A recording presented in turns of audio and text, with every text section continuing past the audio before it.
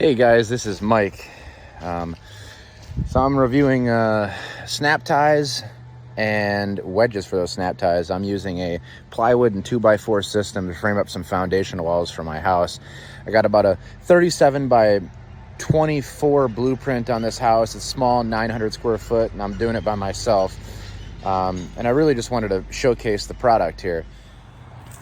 So here is the snap ties. This is for a 6-inch foundation wall. It's fairly simple to use. All I did was pre-drill a hole for the tip of the snap tie to go in.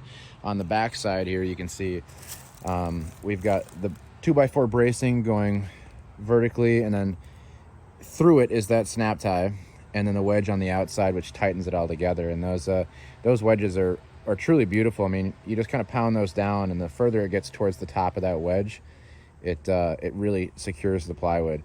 I mean, this is a really foolproof and borderline perfect system, especially if it's a DIYer or someone who is somewhat new to forming concrete and you don't want to spend thousands of dollars on the metal forms. This is just awesome, and I would highly recommend these products. Bye-bye.